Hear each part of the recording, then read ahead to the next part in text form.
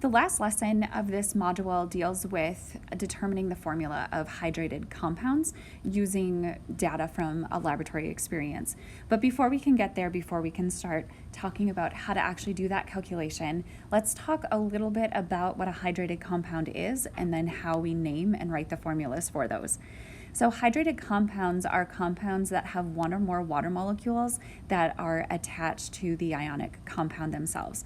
Ionic compounds that contain transition metals are often highly colored. We've seen this ourselves, especially when we've looked at things like copper. Copper-based compounds are typically blue.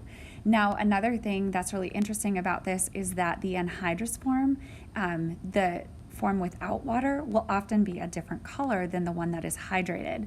So it's easy to be able to look at, for example, a copper to sulfate and know whether or not the water molecules are still attached. In the picture that you're looking at, the picture on the left is the hydrated compound, and that is copper to sulfate pentahydrate. It has 5 water molecules attached to each formula unit. On the right-hand side there, you can see, actually I'll zoom in a little bit, you can see that this is more of a white colored powder. In lab, it would still have a slight blue tint, but it would be mostly white and hard and kind of crusty, so it's not as beautiful. One thing that's really neat about this though is that you can actually immediately after this has cooled down in lab, you can add drops of water back to it, and you probably will guess this accurately, it would turn back into that beautiful blue color that you started off before you had set it onto, the watch glass and had set up the Bunsen burner and everything and dehydrated the compound through heating. Hydrates naturally form when ionic compounds are exposed to the air. There's so much moisture in most of our environments that the ionic compound itself will just grab water molecules out of the atmosphere. And where the ionic compound is actually attaching, they say it's the cation, so the positively charged portion will actually attract to the negatively charged region of the water molecule, which we know is on oxygen. And again, way back in the beginning of this year, we talked about how oxygen has a stronger nucleus, and so therefore will pull those electrons closer to it, forming that slightly negative charge around the oxygen part of the water molecule. So all of those things that you guys learned way in the beginning of the year come back into play in terms of understanding what is happening and why these compounds can do what they do. All right. So the next thing that we need to focus in on is how we actually name hydrated compounds. And this is actually pretty simple. As long as you remember how to name the ionic compound itself, this part should go pretty easy for you guys. So we're always going to name the ionic compound first using the rules for compound naming that you already know. Most of the time we're going to stick with just doing using Roman numerals to indicate the charge of the transition metal if it is a transition metal, or we're just going to use the regular ionic compound naming if it does not contain multiple cations. Again, the alkali earth metals, those are metals that only form one charge, so then we just do name the metal, name the anion. Again, you guys already know that information.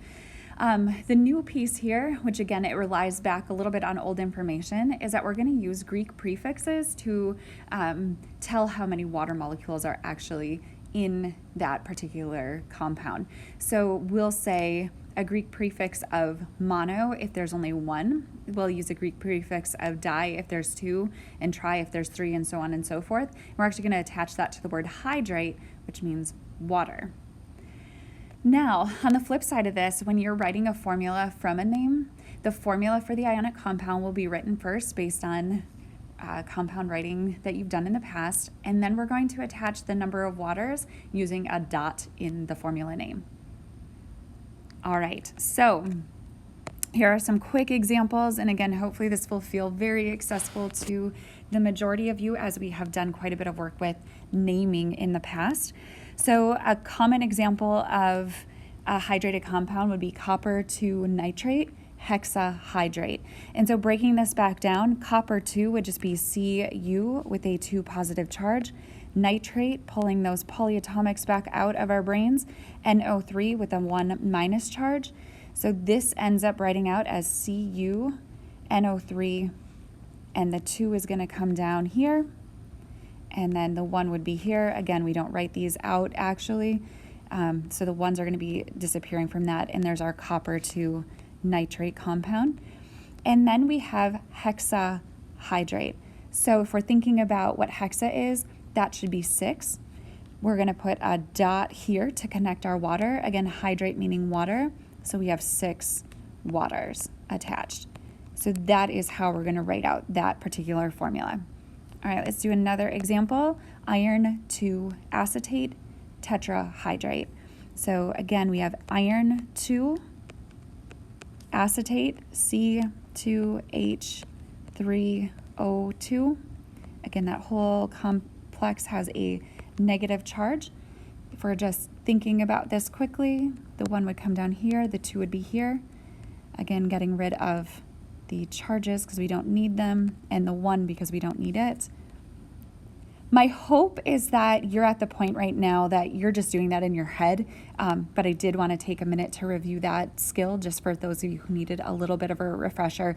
But again, at the end of chemistry, the goal is that you can look at formulas like that, write them out fairly quickly. All right, again, we have this hydrate that we have to add, so we're going to put a dot right after the ionic compound, tetra meaning 4, and so this thing has 4 waters. There's no simplification necessary here. We only have one, if we're looking here, we only have 1 of the ionic compound, and then we'll have some number of the hydrate of the water afterwards. So there's no simplification necessary once you've written this out correctly. All right, 2 more examples. Now that would just be, you're given the name and then you have to write out the formula. This would be, here's the formula, you have to write out the name. So we're just doing some backwards thinking here. So FeSO4. I always like to start off with putting parentheses around the polyatomic and then automatically using my polyatomic as my guide. So we know that sulfate has a 2 negative charge, which would make iron a 2 positive charge.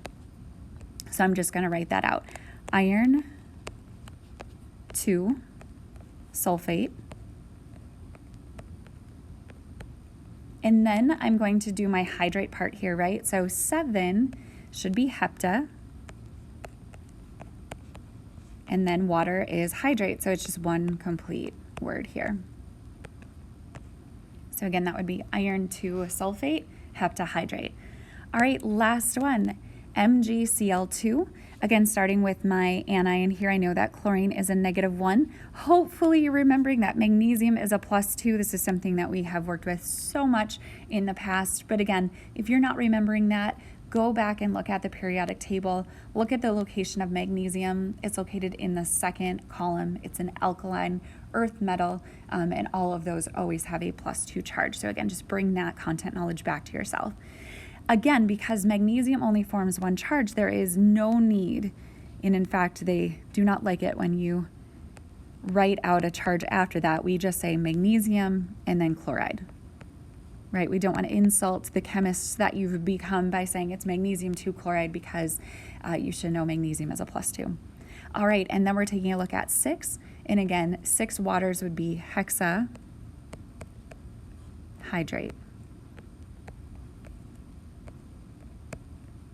All right, the first thing I would encourage you to do after watching this video is just to pause, go into the homework assignment, do the problems that are associated with just naming and writing formulas before you jump into the next lesson, which is how you determine what the formula is based on lab data. Good luck with this, you guys. Again, if you're having questions, please reach out.